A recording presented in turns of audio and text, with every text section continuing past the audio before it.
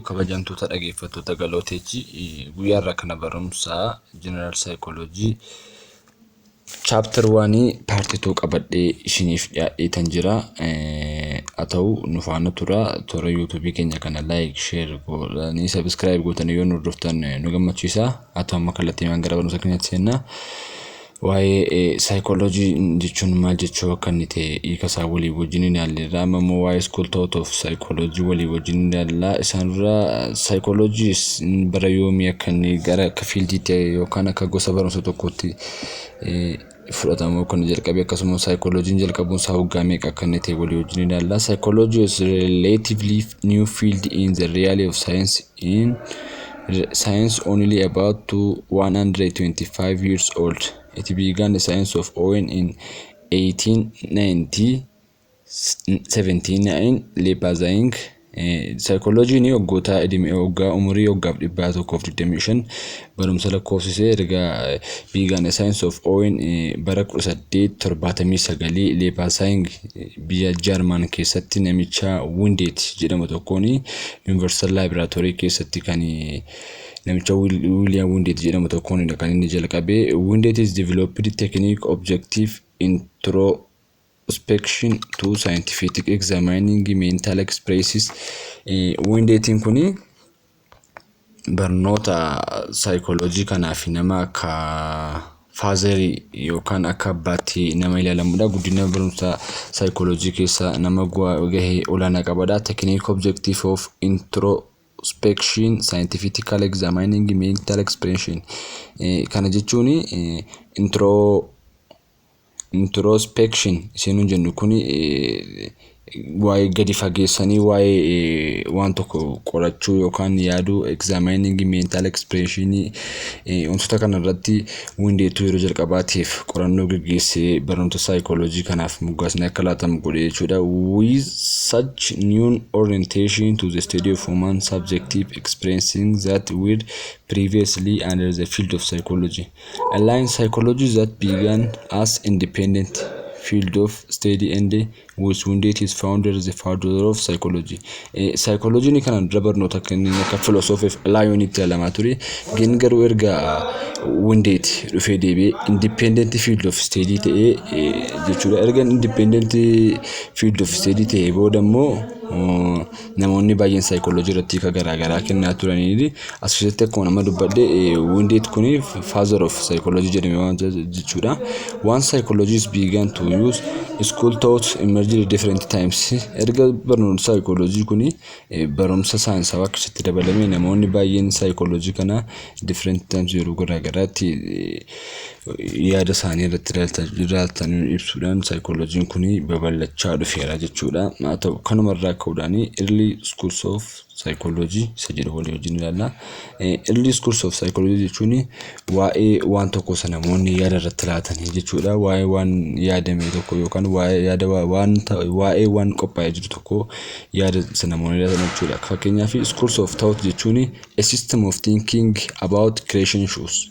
Asuma irratti thinking about creation issues wanta create ta'u tokko irratti issue yaada sana namoonni irratti laatanidha jechuudha. Fakkeenyaaf yaada jalqabamu kaa'amee jiru tokko irratti waa'ee barnoota psychology irratti namoonni yaada garaagaraa example about of human behavior fakkeenyaaf waa'ee dhala namaa irratti yaada tokko yoo laatan namoonni garaagaraa namoonni warri kaan human behavior is a result of inheritance dhalli namaa yaaduun isaa bu'aa inheritance isaati yookaan bu'aa dhalaa yookaan nama irraa dhufeeti namoota warri jedhan jiru. Namoonni warri kaan human behavior is a result of environmental bu'aa naannoo isaati wantoonni jedhan jiru. Inni kun maaludha ta'uutiidha yaada namoonni waan fakkeenyaaf waa'ee human behavior irratti hundaa'uudhaan yaada namoonni laatan jechuudha. School thought jechuun the creation issue irratti thinking about namoonni yaada wanta isaanii irratti laatanidha jechuudha.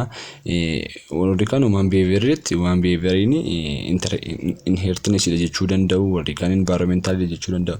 Gin approachiiwwan kun lamaan iyyuu common both tendency give general summarizing approach of explaining important wantoota wal isaan fakkeessuu qabu. Isaanis maayinni warri environmental jedhanis warri inheritance jedhanis waan irratti hundaa'anii kanaadhaaf kanadha waan jedhaniif ni fama. wantoota amaloota wal isaan fakkeessu qabu jechuudha. Inertness inni jennu biologically da wajjin wal qabatudha. Environmentally inni jennu immoo naannoo wajjin kan wal qabatudha. Nuti utuma waa'ee amala namaa ibsu jechuu barbaanne kana lamaan irratti hundoofneeti kan nuti yaada laannu jechuudha. Surely psychology is discipline embedded in different system of thought from its inception. This system is thought is very broad. Early years of psychology and therefore we call them schools of thought. Barnoonni saayikooloojii namoonni kun school ta'uutonni wantoota hedduu jedhanii malee barnoonni saayikooloojii kun baay'ee broad barumsa baay'ee bal'aa ta'edha jechuudha. Maal jedha asumarraayyuu the system of thought is very broad in early years of psychology therefore we call school of thought. Barnoonni kun baay'ee saffii yookaan bal'aa kan ta'edha jechuudha. Broad jechuun akkas jechuudha. School ta'uutiiwwan garaagaraa iddoowwan garaagaraatti qooduudhaanii saayikooloojiidhaa fi hiikaa mataa isaanii laachuu yaadaniiru. School ta'uut jechuun namoonni yeroo yaada namoota school ta'uutiin barattoonni yookaan namoonni yaada saayikooloojii maratti laatan jechuudha. There are 5 early school thought. Early school thought fi modern school thought jira. Early warroonni jennu kuni warra duraa jechuudha. Structuralism.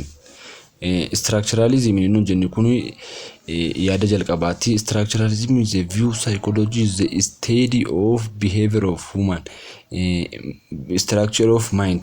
Structuralism inni jennu kuni psychology ni jedhu. Structuralism kuni waa'ee psychology waa'ee structure of mind waa'ee sammuu namaa kan qoratudha jedhanii hiikamata isaanii kan warri kun school ta'uuti kan warra structuralism malee general school ta'uuti miti.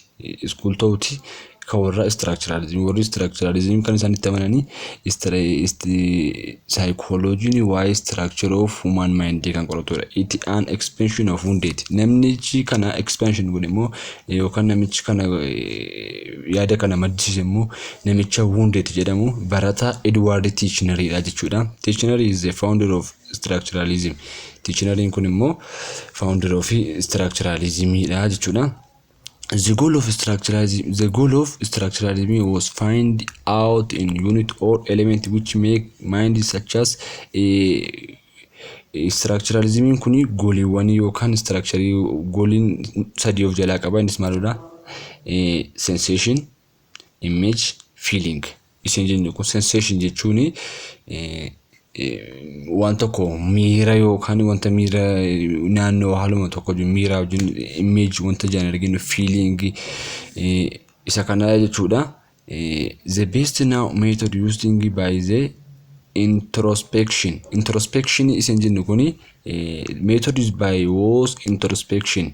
Best now method use introspection looking inward into our conscious jechuun keessa yaada garaa namaa jechuudha. Fakkeenyaaf imagine sensation warroonni kun waan keessa keenya wal qabatanii fi kanaaf iyyuu warri structuralism akkaataa yaada introspection looking inward into our conscious gaafa jennu yaada keessa namaa jechuudha. Isa kanadha jechuudha. Warri structuralism psychology waa'ee mind namaa keessa ta'e waa'ee sense image feeling sensation introspection looking inward into conscious akka inni qoratutti lafa kaa'u jechuudha. It is a producer aimed at analyzing mental experience into 3 basic elements. Basic elements isaanii kunis warrootuma kana jalqaba gara oliidha. Image, feeling, sensation torba isaanii hojii malee warroota jalqaba sana wal fakkaatu. Isaan kana yaada warra kan structuralism expansion warra hundeeti Edward Titchener jechuudha. Isaan kana hubachuutu irra jiraata. Elementiin isaanii mental expression is 3 basic elements qaba. Mental expression keenya jechuudha. Isa kana qabatnee bukkee darbuutu irra jiraata. Analyzing mental structure is a lion was found to serve little purpose in helping human with environmental. Hence, new school thought is emerged the state of factionalism of human mind factionalism. Kun immoo maal jedha? namni sammuu isaa kana keessa sammuu isaa kanatti haala gaariitiin yeroo hedduutti gargaaramee argamaan ture. Isa kana purpose kaayyoo dhalli namaa kana immoo naannoo isaa kanarratti wantoota garaagaraa irratti akka inni itti sammuu isaa kanatti gargaaramuu fi iskuul ta'uutiin kan biraan tokko immoo yaada mataa isaanii warri laatan immoo jiru. Isaan kun immoo warra maal jedhamudha? Factionalism warra jennuudha jechuudha. Inni jalqabaa structuralismidha. Inni lammaffaarratti early school ta'uuti inni lammaffaa immoo factionalismidha jechuudha. Factionalismiin immoo the view of study of faction of the mind. Inni kun immoo yaada yookaan factionii sammuu keenya fakkeenyaaf sammuun keenya kun akkamittiin naannoo keenya wajjin walii galee hojjechuu danda'a, akkamitti success ta'uu akka ni danda'u, sammuun keenya akkamitti yaaduu akka ni danda'u kana kan nuuf ibsudha jechuudha. Barumsi kun immoo iskuul ta'uutiin kun immoo kan inni ittiin founder ta'e William James nama jedhamuunidha. Bara 1848 hanga bara 1910tti namichi kun nama biyya Ameerikaadha. Yeroo jalqabaatiif illee kitaaba psychology namichi uume namicha kanadha jechuudha. Psychology and the author of the first psychological textbook yoodha William Jamesdha jechuudha. William James kuni focused kan inni godhu how to mind is allow people faction in real world. Sammuun namaa kunedha akkamittiin real world kana wajjin wal fudhatee walii wajjin deemuu danda'a. How people is work dhalli namaa akkamittiin hojjechuu danda'a, dhalli namaa akkamitti play gochuu danda'a, dhalli namaa akkamitti waan tokkotti madaquu danda'a. Adaption yookaan bakka wanta tokkotti akkamittiin akka inni lamaduu danda'u to their surrounding viewpoint he called factionalism. Kana hundumaa kan jedhamu maalodha warra factionalismidha jechuudha. Factionalismii seenyuudhaan William Jamesdhaan founder ta'e jechuudha. Isaan kuni factionalismiin kana irrattidha jechuudha. Waa'ee faction of human mind hojii sammuu dhala namaa jechuudha. Many research methods other than introspection including questionnaires, mental tests and objective description of behavior generally according to factionalism psychological process adaptive they allow human survivor and adaptive successfully to the surrounding. Maal jedha sirratti development many research method qorannoowwan meeqa wantoonni meeqa waa'ee sammuu dhala namaa irratti yoo wantoota iyyuu waa'ee sammuu dhala namaa kana hubachuun amma tokko kompleksii akka inni ta'e beekamaadha. Description of human behavior kana ibsuun salphaatti waan danda'amuti. Psychological process warri factionalism psychological process adaptive amalli sammuu dhala namaa waan tokkotti carraa adaptive yookaan waan tokkotti lammadu itti baru madaquudha roon fisa akkasidha carraa waan tokkotti madaquudha. This allow human survives adapted successfully to the surrounding jedha. Human to surviving adapting successful to surrounding. Examining human mind in terms of structural element faction where how very founding the found to be simplest to understanding complex of human being. Examining human mind in terms structure structuralism keessatti factionalism keessatti iskuul ta'uun garaagaran waa'ee sammuu dhala namaa yaada garaagaraa lataniiru. Garuu fakkeenyaaf warri structuralismiin waa'ee sammuu gaafa qortanii sammuu namaa paartiiwwan sensation image feeling yaada keessoo dhala namaa maal jedhanii wantoota garaagaraa latanii garuu isaan yaada kana latan iyyuu malee waa'ee salphaatti simplest to understanding is complex human being waa'ee dhala sammuu dhala namaa salphaatti hubachuun ni ulfaata jechuudha. It was believed that human mind is more than some sensation as well as adaptive factions. Sammuun dhala namaa jedha akka warra yaada factional structuralism sensation jedhanis akka warra yaada structuralism akka warra yaada structuralism sensation jedhanis akka warra yaada factionalism adaptive jedhan itti soostaan isa kana gararraati jedha maalofti akkaataan sammuun yaada namaa jechuudha. Kanaaf iyyuu isa kana hubachuudhaaf immoo new school thought was emerged. Warroonni kun kana lamaan qoratanii warroonni kun isaan irratti kompleksii jedhan immoo isa kana qorachuudhaaf immoo iskuul ta'uutii kan biraa tokkotti dhufe innis maaludha gestalt psychology. Isa kana immoo gara oli wajjin ilaalla. Gestalt psychology is a psychological study of the whole of the mind. Psychology inni gestalt kun whole of the mind guutummaa yaada sammuu namaa. Gestalt psychology kun egaa akkuma nama jedhee kee waa'ee wall mindidha guutummaa wall mind sammuu namaa qorata kan namoonni gaslight psychology kana Max Werzemeridha fi hiriyoota isaati namoonni qorannoo kana psychology waa'ee gaslight psychology kana warroonni qorachuu jalqabanii wall mindidha psychology kan inni qoratu waa'ee guutummaa sammuu namaati jedhanii akka warra gaslight psychology kanatti psychology argues that the mind is not made up of combination of elements akka gaslight psychology psychology ni akka psychology akka kan qoratutti sammuun namaa walitti qabama elementoota qofa miteedha maal jedha sumarratti gaafa arginu psychology argues that the mind is not made up of combination of elementi wan warra structuralism functionalism keessatti sila kaasaa hojjellee wantoota akka sensation perception image maal jennee warra dubbachaa jirullee sammuun keenya combinationota warra kana duwwaa miti jecha afaan Jarmaniitiin gaslight jechuun refers to form wall or configuration pattern jechuudha kanaafuu sammuun keenya keessatti psychology kan inni qoratu waa'ee form wall of configuration of pattern jedhu warri kamni warri gaslight psychology jechuudha. According to them, mind should be together of a result of the wall pattern. Sammuun keenya result wall pattern ida jedha. Sensory activity in relationship with organization with their pattern.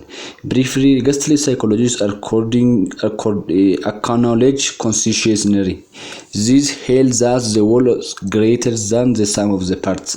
Akka warra kana jedhanitti sammuun keenya sammuun dhala namaa jechuudha. The held that the wall is greater than the sum of the parts. Sammuun keenya partiiwwan kanneen akka warreen akka the mind of human being is greater than sensation, greater than image, greater than feeling. Wantoota kana hundumaa irra hin caala sammuun dhala namaa wantoota kana wajjin waan walitti qabamee ilaalamu miti maal jedham mind is greater than the part of image, sensation, feeling jedha. Sammuun dhala namaa kun isa kana irra hin caala kanaafu psychology kan inni qoratu waa'ee feeling, waa'ee sensation, waa'ee image osoo ta'anii waa'ee wall mindidha jedhee dubbata inni kun immoo yaada kan eenyudha yaada gaslightidha jechuudha. Warroonni kaanii structuralism yaada mataa isaanii functionalism yaada mataa isaanii kaasa turani inni kunis yaada mataa isaa kaasa. Generally, what is the common all three school thought of fact that are warroonni kun sadan isaanii wantoota isaan wal fakkeessu qabu kan isaan irratti qorachaa turani non visible and hidden express of human being wantoota ijaan hin mul'anne yookaan non visible wantoota irratti ilaalanii hundaaniiti kan isaanii waa'ee mind of human being kan isaan irratti qorachaa turani jechuudha. Inni kan biraa immoo wanti nuuni kana irratti hubachuun irra jiraatu structuralism functionalism gaslighting qorannoon isaanii scientifically waan ta'e miti bifa scientifically osoo hin ta'in subjective akkuma school ta'uuti jechuun yaaduma jiru tokko irratti yaada laachuu akka inni ta'e yaaduma jiru tokko irratti yaada laatan malee observable measurable godhanii studied scientifically wanta godhan tokko hin qabani jechuudha warroonni kun sadanii jechuudha. It get daily with subjective in all form and rather focus studying behavior warroonni kan isaan irratti godhanii yaaduma dhiyaate irratti yaaduma waa'ee psychology jiru irratti yaada isaanii babal'isaa yaada laachaa dhufan malee study waan biraa waan godhanii qabanii jechuudha. This has led to the birth of sababii kanarraan kan ka'e jechuudha bifa saayinsiitiin psychology ibsaa kan turanii amma maatti waan hin argamin jiruuf jechuudha. Amma yoomitti amma functionalism structuralism gaslighting kanatti wanti kan biraa waan hin argamnii fi why psychology kana behavior isa kana sirriitti studying behavior of the psychology forming wanti focus godhee qoratu waan barbaachiseef fi this was led to the birth of a new paradigm thoughts about the psychological behavioralism. Isa kana waa'ee bifa saayinsiitiin kan qoratu wanti haaraa tokko dirqama dhalachuutu sarara jiraata jechuudha. Maaliif waa'ee psychology warri kan bifa yaadaatiin school ta'uutiin dubbataniiru yaaduma jiru jechuudha. Garuu ammaatti kan dubbate waan hin jirreef isa kana bifa saayinsiitiin kan qoratu immoo maaltu dhalate behavioralism dhalate jechuudha. Behavioralism is a view of psychology study observable and measurable behaviors. Inni kuni psychology maaliin qorata inni kun observe godhe measurable good inni kuni warroottan skultooti warroottan amma maatti ilaaluu keessa observable dha fi measurable ni isa kanadha jechuudha. observable and measurable behaviors da jechuudha. Inni kun John B. Woston is founder of the behaviors. Yaada kana kan booresse John B. Woston nama jedhamudha. Other proponents including E. Trondick, F. Skinner for Woston's namoonni yaada kana deeggaran immoo jiru. Fakkeenyaaf warroon akka Trondick, F. Skinner warroonni kun yaada John B. Woston namoota deeggaraa turedha. Egaan John B. Woston kun study about observable and measurable behavior and nothing more about hidden mental process. Why mental process kana irratti why mental process yaada sammuu keenya process godhuu keessatti inni kun maal godhe sammuu psychology kan inni qorachuu study of about observable godha measurable godha about maal about behavior jedhe warroonni kan isaan irratti ilaalaa turanii na visibility da wajjinirra inni kun garuu visibility behavior irratti da jechuudha. Functionalism, structuralism, gestillating maal irratti akka isaan dubbachaa turan itti daleedha. Measurable behavior is nothing more about hidden as keessatti dha nothing more about hidden why mental process nothing dha baqa behavior John B. Woston bukkeetti nothing dha mental process wanti jedhamu kuni bada amanatti wantoon qabu jechuudha. According to Woston we cannot be defined consciousness gestillating keessatti gestillating acknowledges consciousness jedha as keessatti immoo cannot be consciousness jedha gestillating keessatti wantoonni dhokatootaan tokko jiru as keessatti garuu yaadi dhokataan wanti jedhamu tokko yuu hin jiru jedhudha. Maal jedha asirratti consciousness is and better than we can be defined the soil jedha yaada nama dhokataa jedha beekuun jedha inni ulfaata jedha better than waa'ee lubbuu qorachuu caalaa yoo ulfaata jedha dubbata yootu John B. Woston jechuudha. Cannot locate measurable and therefore cannot be objective of the scientific isa kana measurable qorannee bira ga'uu waan dandeenyeef isa kana akkuma namni saayinsiin waa'ee lubbuu namaa qorachuu dandeenye scientific study cannot be the object of scientific study qorannoo waa'ee saayinsii keessa galchuun irra jiraatu jedha. John B. Woston manta jedha kan bira behavior had three important character addition. Three important wantoota sadii qaba jedha important behavior isa irratti hundaa'uudhaani condition response condition response wanti jedhu condition haala tokkotti haala naannoo tokkotti response ta'uuti madaqoo jechuudha. Building blocks for behaviors learned rather than unlearned behaviors wantoota barachuu jechuudha. Focused animal behaviors animal focus xiyyeeffannoo wantoota irratti goonu jechuudha. He believes that all behavior are learned but not inherited. Amaloonni hundumtuudha hin baratamu jedha. Malee dhaala wantoota namaaf laatamu miti. All learned but not inherited and learned are passive and reactive jedha.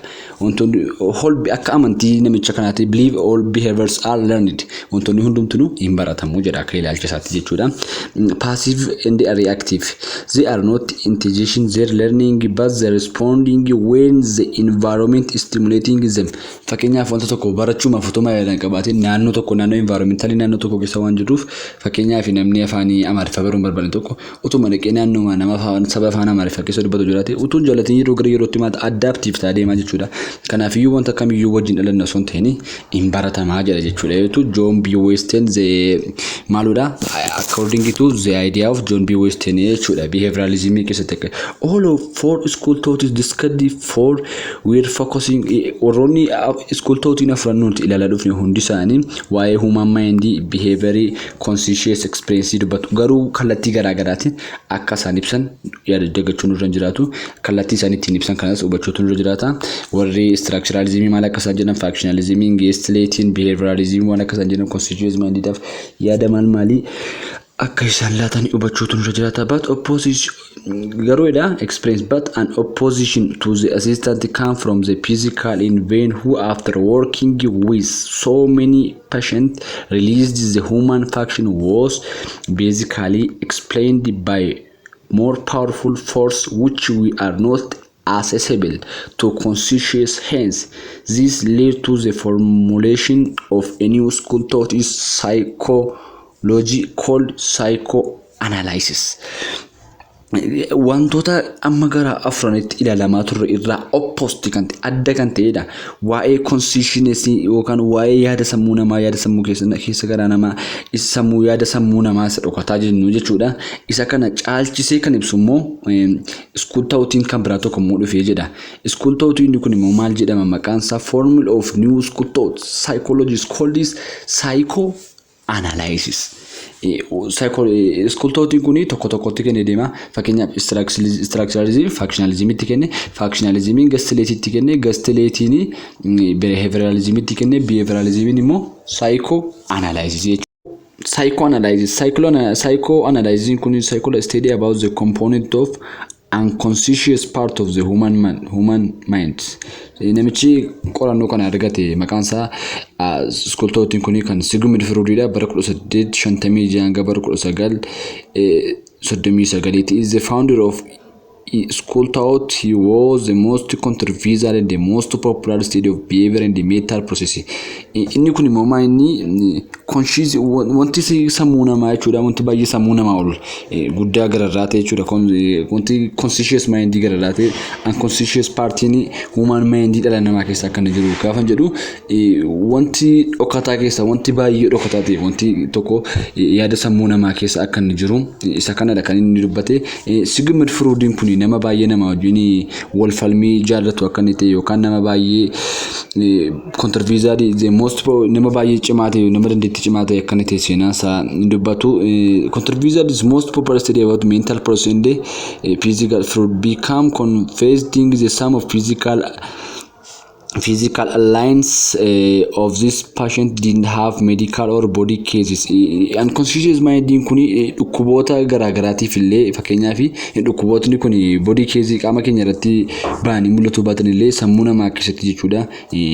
Patient didn't have medical or body case but none of physical or emotional case yaada namaa irratti miira namaa irratti sammuu namaa irratti emotional irratti miidhaa dhukkuboowwan geessisuu danda'aniif nama saaxiluu kan danda'udha. Maaltu unconscious yookaan inni kan Sigmund Freudin kun argate school thoughtiin kun jechuudha. Dhibeen inni duratti fiduu danda'u maal jedhama kun akkuma nuti alliances hysterial kun emotionally case yookaan sababii unconscious problemii kanaan emotional case daanii kan dhala namaa irraan ga'uu danda'amu hysterial isin jettu or conversion of reaction indicating the converse of emotional problem body problem. Emotional gara dudduubaatti immoo body problemii qaama akkuma qaamaatiif illee bahee mul'atuuf illee nama saaxiluu danda'a jechuudha. He also underscored that the conflict and the emotional treatment that had occurred in real child yeroo ijoollummaatti fakkeenyaaf rakkoon garaagaraa yoo namarra ga'e namoonni wantoota kanaaf saaxilamuu danda'u. Fakkeenyaaf mucaan durbaa tokko yoo yeroo ijoollummaa umurii 12-13 keessa jirtu yoo akka carraa humnaan gudeedamte wanti kun unconscious yaada keessatti dhokatee utuu namatti hin dhokfatee yoo ta'e yeroo wanta kana yaadattu tarii nama kana dhiphisuu danda'a. Unconscious mind nu jennu wantoota dhokatoo wantoota nuun of keessatti dhoksinee utuu namatti hin of keessatti qabannee taa'u. Early childhood can be treating to be remembering consciously, therefore we can be hidden unconscious that and then we will remain to affect later behaviors. Wantoota kana gaafa yaadannu immoo jireenya keenya irratti dhiibbaa geessisuu danda'u jedha. Inni kun Sigmund Freud qorannoo inni geggeessedha jechuudha. Dhukkuba namoota rakkoo yaada namaa irratti jechuudha. Inni kun hidden consciousness will be the effect of the later of the behavior. Freud argued the conscious awareness is the tip of the mental iceberg beneath the visible tip lays the unconscious part of the mind. The unconscious, which is the subject matter of psychoanalysis, contains which position, guilt, secrets, unspeak, yearning, and the conflicting between desire and duties.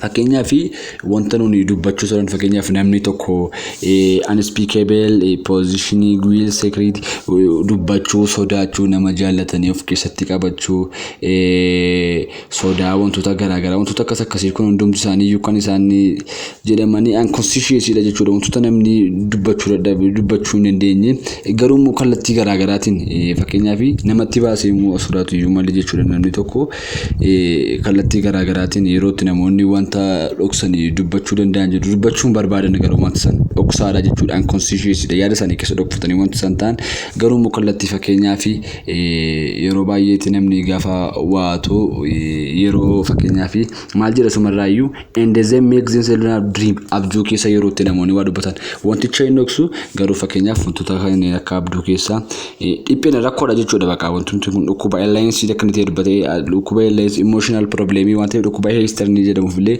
nama saaxiluu danda'a namoonni waan dubbachuu dandeenye kana fakkeenyaaf yeroo akkamii themselves known as dreams sleep of the tongue yeroo dubbatan dubbachuu apparent accident and even jokes yeroo qoosan akka carraa afaan keessaa isaan bahu wantoota kanaa fi furmaata argachuudhaaf namoonni yaala fayyaa isaan akka barbaachisu dubbata he used clinical was studied qorannoon clinical study nama akkasii kanaaf barbaachisaa jedha egaan ata'u early school of psychology shan ilaalleerra isaan kanarraa garuu inni kuni warroonni kan baay'een isaanii conscious irratti akka isaan qotan conscious mind inni kun garuu isaan irraa adda kan ta'e unconscious mind kan ta'e inni kan Edward Teller kuni jechuudha isa kan akkasittiin hubachuu turre jiraata factionalism waa'ee malee kan inni qolatu structuralism gaslighting behavioralism unconscious jedhu kun inni kan sigmund freud maal akka isaan ta'anii